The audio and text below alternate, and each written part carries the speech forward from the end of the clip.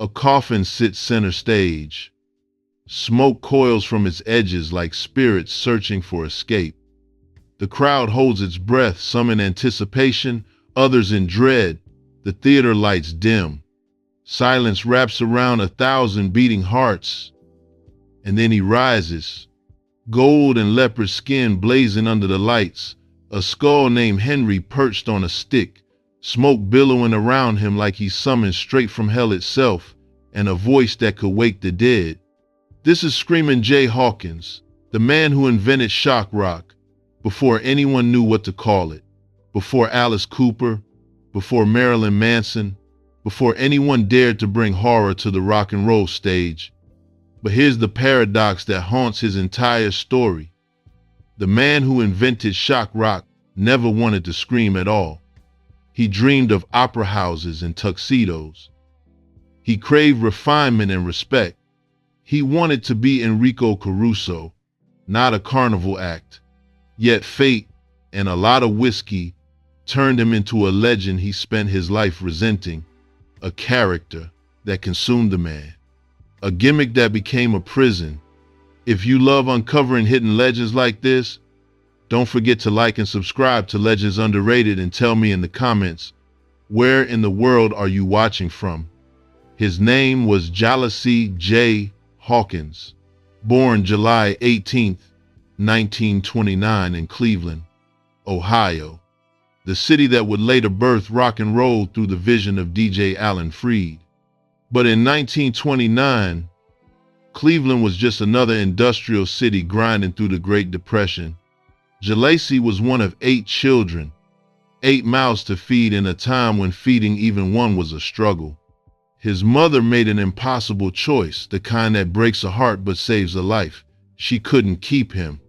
At just a few months old, baby Jalacy was placed in an orphanage, another child lost in a system that swallowed so many during those desperate years. Picture him there, a tiny infant in a crib among rows of other cribs. No mother's touch, no lullabies, just the institutional coldness of survival. He spent 18 months there, a year and a half of his life in limbo, waiting for something, someone to claim him. But at 18 months, something miraculous happened. A Blackfoot Indian couple walked through those orphanage doors and saw him, chose him, took him home. Imagine that moment being lifted from institutional walls into the arms of family.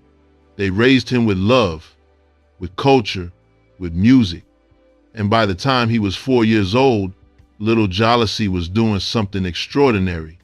He was reading music, playing piano, not just banging on keys like most children do. He was actually playing, composing, understanding the language of notes and rhythm and melody.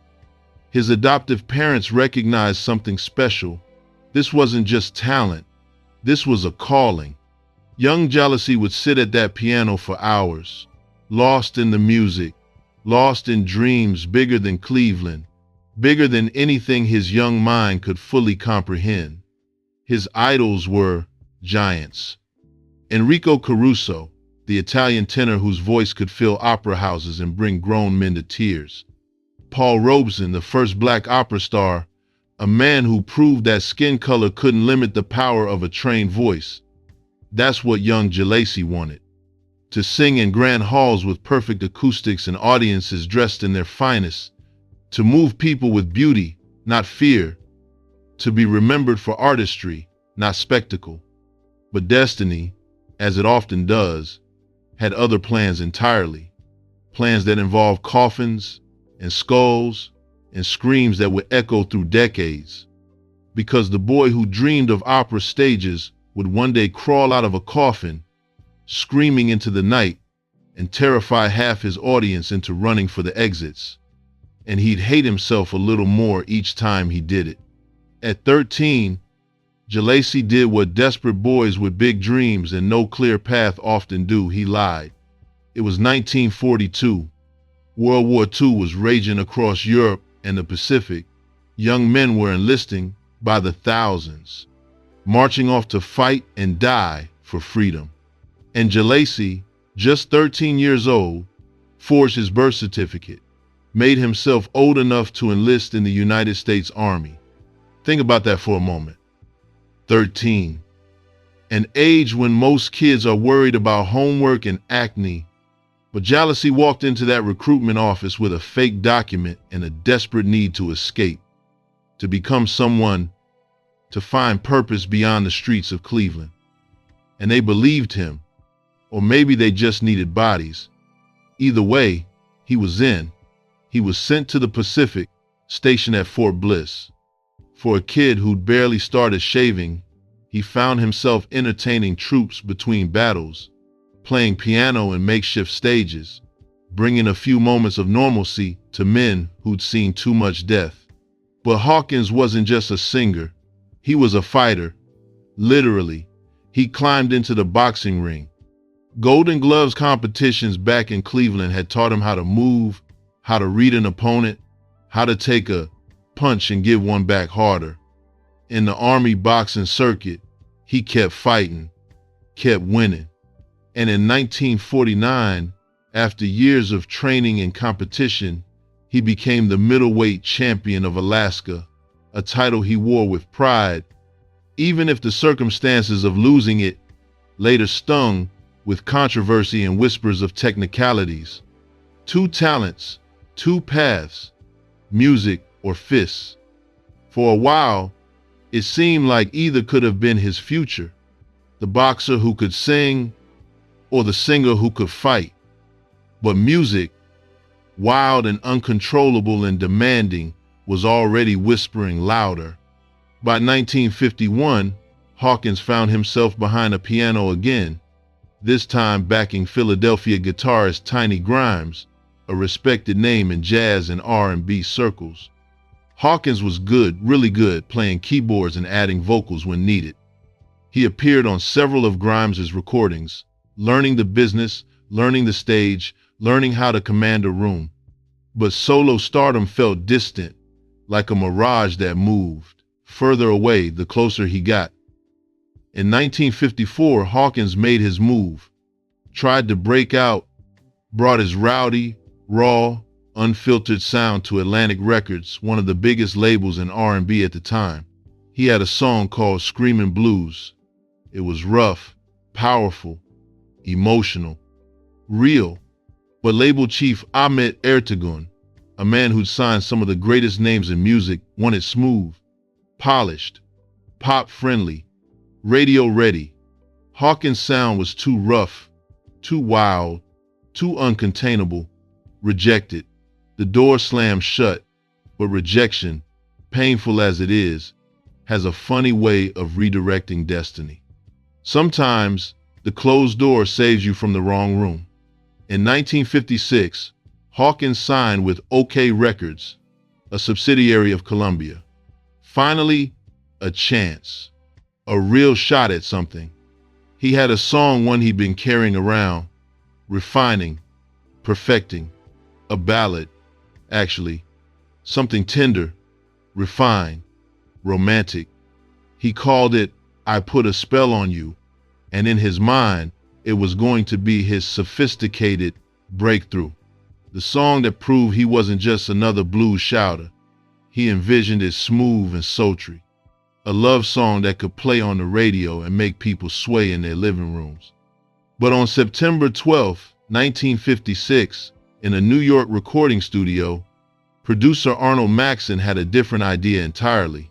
He brought food, ribs dripping with sauce, fried chicken, and booze. Lots and lots of booze. The band featuring the legendary Sam the Man Taylor on saxophone, Mickey Baker on guitar, and Panama Francis on drums, they all drank. Hawkins drank, and drank, and drank some more.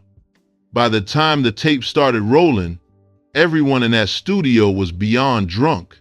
They were obliterated, inhibitions gone, professionalism abandoned. And when Hawkins opened his mouth to sing his refined ballad, what came out was something else entirely. He screamed, he grunted, he howled like a man possessed, like every demon he'd ever known was clawing its way out through his throat. Taylor's saxophone wailed in response, raw and urgent. Baker's guitar stabbed through the chaos. Francis pounded the drums like he was summoning spirits. And Hawkins just kept going, moaning, shrieking, gasping for breath, losing himself completely in the madness of it all. When it was done, when the tape finally stopped rolling, Hawkins couldn't remember a single moment of it. He blacked out completely. The entire session was a void in his memory. But the recording was magic, terrifying, raw, unhinged, beautiful magic. The kind of lightning you can't bottle twice. The kind of moment that defines a career, whether you want it to or not. I Put a Spell on You was released later that year, and it should have been a disaster. By every conventional measure, it was. Radio stations banned it immediately. Program directors called it cannibalistic. The grunts and moans sounded too sexual, too primal, too dangerous for white suburban families. Some critics said it was an insult to black culture, a minstrel show for the rock and roll era. The NAACP and CORE, organizations fighting for civil rights and dignity, protested the song. They accused Hawkins of setting back the cause, of playing into racist stereotypes. Record stores refused to stock it. OK even released an edited, clean version, stripping out some of the more offensive sounds, but the damage was done. The song was controversial, banned, rejected by the gatekeepers of mainstream success. Yet somehow, against all odds, against every barrier placed in its path, the song sold over 1 million copies. It never charted on Billboard, not pop, not R&B, not country, not anything. It was invisible to the official music industry, but it didn't matter. The song spread like wildfire through underground clubs, jukeboxes, and dive bars, word of mouth between musicians and fans who recognized they were hearing something revolutionary, something that had never existed before. Decades later, the Rock and Roll Hall of Fame would name it one of the 500 songs that shaped rock and roll. Rolling Stone would rank it number 313 on their list of the 500 greatest songs of all time. Robert Christgau would include it in his basic record library of essential recordings. But in 1956, Hawkins didn't feel like a legend. He felt confused, betrayed by his own drunken impulses. He'd wanted to record a refined ballad, a love song that proved he was more than a blues shouter. Instead, he'd unleashed the demon, and now everyone wanted the demon. No one wanted the artist. Stories like these are why I built Legends Underrated. If you're enjoying this story, don't forget to like the video and subscribe for more untold legends. Then came Alan Freed, the legendary disc jockey from Cleveland Hawkins' hometown. Freed was a pioneer, a revolutionary who'd been putting black and white performers on the same stage since the early 50s.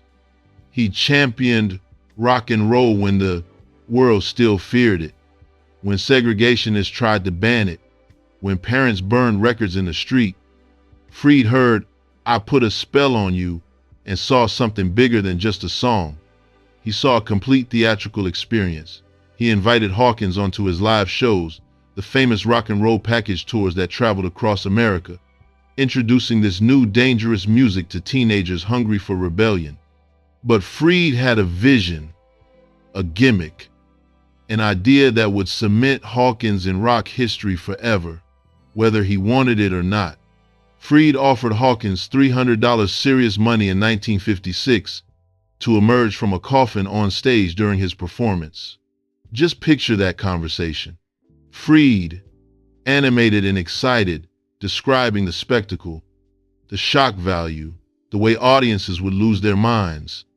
And Hawkins, listening, feeling his stomach turn. His first reaction? An immediate, visceral, no.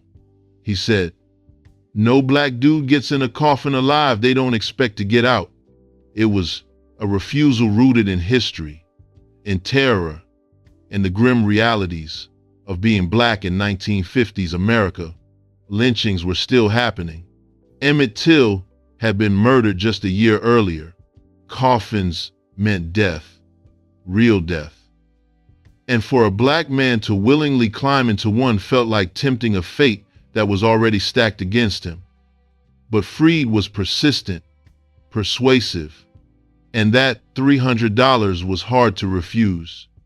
Eventually, Hawkins relented, but if he was going to do it, he'd do it his way. He'd make it so outrageous, so over the top, that no one could ever forget it. Gold and leopard skin costumes tailored to fit his imposing frame. A real coffin, not rented, but purchased, because the National Casket Association condemned him and banned rentals. A smoking skull mounted on a stick, he named it Henry, gave it personality, treated it like a companion. Rubber snakes that he'd toss into the crowd. Voodoo props borrowed from every horror image white America had ever projected onto black culture, and Hawkins threw it back at them with theatrical fury. Explosions rigged to go off mid-performance, flashpots igniting, flames rising. On multiple occasions, including February 1976 at the Virginia Theater in Alexandria, Virginia, Hawkins suffered severe facial burns when the flaming props malfunctioned. But he kept doing it, night after night, show after show. Hawkins didn't just emerge from a coffin. He created a spectacle, a horror show, a rock and roll exorcism that was equal parts terrifying and mesmerizing. Audiences fled in terror, stampeding up aisles screaming. Others cheered in awe, having never seen anything remotely like this in their sheltered lives. Either way, no one forgot him, ever. The coffin became his trademark, his prison, his legacy. But here's the twist that no one saw coming. The secret that Hawkins carried for decades. He hated it, despised it, resented every single moment. In a 1973 interview, 15 years into the gimmick, he finally opened up. His voice quiet and sad, he said, "If it were up to me, I wouldn't be Screamin Jay Hawkins." James Brown did an awful lot of screaming, but never got called Screamin James Brown. Why can't people take me as a regular singer without making a bogeyman out of me? The label gave him that name. OK Records branded him Screamin Jay without his consent. The coffin gimmick, suggested by Freed and demanded by audiences, became his identity. He wanted to sing standards, ballads, show the world his classically trained voice. In 1958, he recorded an entire album at home with Screamin Jay Hawkins, filled with standards like April in Paris and You Made Me Love You, beautiful, sophisticated interpretations that showcased his real vocal ability. But audiences didn't care. Record buyers ignored it. Concert promoters demanded the coffin, the skull, the screams, the spectacle. And so Hawkins played the part, night after night, year after year, city after city. He became the character he never wanted to be. Success, it turned out, could be its own kind of curse. Fame could feel like a trap with velvet walls. By the 1960s, Hawkins needed an escape, a place where he could just be Jay, not Screamin Jay. From 1962 to 71, he lived in Hawaii, far from the stages and the expectations, and the coffins stored in closets. He bought a home, started his own publishing company, tried to build a life beyond the gimmick. The royalties from covers of I Put a Spell on You kept him afloat, and there were many covers.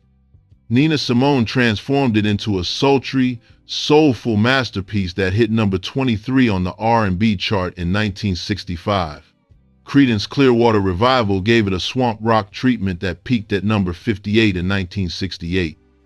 The Animals covered it. Arthur Brown covered it. Eventually, Hundreds of artists would record their own versions, everyone.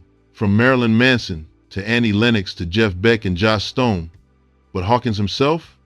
He struggled, toured Europe occasionally, where audiences still loved the madness and the mystery, returned to the States when money ran low, and eventually found a strange second life in film where directors value his presence more than his persona.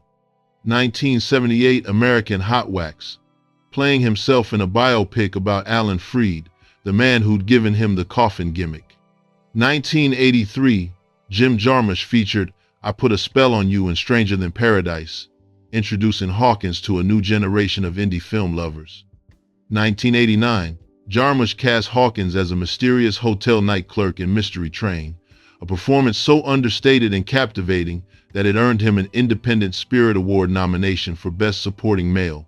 Finally, recognition for acting, for being present, for doing something other than screaming.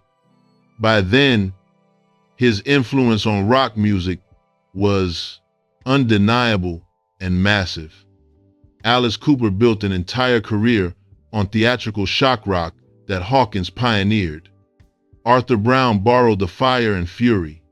Screamin' Lord Sutch in England practically plagiarized the entire act. Marilyn Manson, Rob Zombie, Black Sabbath, Led Zeppelin, The Cramps, all of them owed something significant to Screamin Jay. He was the godfather of shock rock, the blueprint for every horror-themed rock act that followed, whether he wanted the title or not. And he didn't. He never did. February 12th, 2000, Neuilly-sur Seine, France, just outside Paris, a city known for art, culture, refinement, everything Hawkins had dreamed about as a boy. But he wasn't there to sing at the opera. He was there because European audiences still loved him, still paid to see him perform. And on February 12th, exactly 44 years to the day after he'd recorded I Put a Spell on You, in that drunken studio session, Screamin Jay Hawkins, 70 years old, lay in a hospital bed following emergency surgery for an aneurysm. His body, pushed for decades through flames and coffins and endless tours, finally gave out. He didn't make it. The man who'd spent decades climbing out of coffins, who'd terrified and mesmerized audiences worldwide, took his last breath, surrounded by a life that was as wild and complicated and contradictory as his music. 6 marriages, at least 57 children, he claimed, though after his death, a friend set up a website to find them all, and only 33 were ever confirmed. 33 lives touched by a father who was always on the road, always screaming for someone else, rarely home. His last wife was 31 years old when he died young enough to be his granddaughter. One of his singing partners once stabbed him in jealousy. His life was chaos, wrapped in leopard skin and gold lane. Before he died, Hawkins made one final request, and it might be the most telling thing he ever said. I've been in too many damn coffins already. Cremate me. Scatter my ashes over the ocean. No burial, no coffin, no final spectacle, just freedom, release. The end of the performance. And they honored his wish. His ashes were scattered over the sea, finally free from the gimmick that defined and confined him. This twist shocked the world. And if you never want to miss stories like this, make sure you're subscribed to Legends Underrated, and don't forget to like the video if this story moved you. Here's the truth about Screamin Jay Hawkins. The real truth beneath the makeup and the smoke. He never wanted to scream. He wanted to sing opera in grand concert halls. To be taken seriously as a vocalist, as an artist, as a human being. To be Jay Hawkins, not Screamin Jay, not the coffin guy, not the shock rock pioneer, just a man with a beautiful voice and classical training. But the world demanded the coffin, the skull named Henry, the spectacle and the screams and the controversy, and so he gave it to for decades, even as it ate at him from the inside, even as it overshadowed everything else he could do, everything else he was, even as it reduced a complex, talented, trained vocalist to a one-dimensional character he grew to resent. But his legacy is bigger than the gimmick. It has to be. I Put a Spell on You endures not because of the coffin, but because of the voice. Because of the raw, unfiltered power of a man who, for 2 minutes and 36 seconds on a drunken September night in 1956, let go of every inhibition and screamed his soul onto tape. He influenced generations of musicians, paved the way for shock, rock, goth, metal, theatricality in music, proved that rock and roll could be more than Chuck Berry and Elvis. It could be dangerous, scary, confrontational, real. And yet, the man himself remained a paradox until his dying breath. The godfather of madness, who dreamed of refinement, the legend who resented his legend, the artist who wanted beauty but delivered terror. That's Screamin Jay Hawkins, a man who cast a spell on the world, even as the world cast one on him, a spell he could never break, a coffin he could never escape, until the very end, when the ashes scattered and the performance finally, mercifully, ended.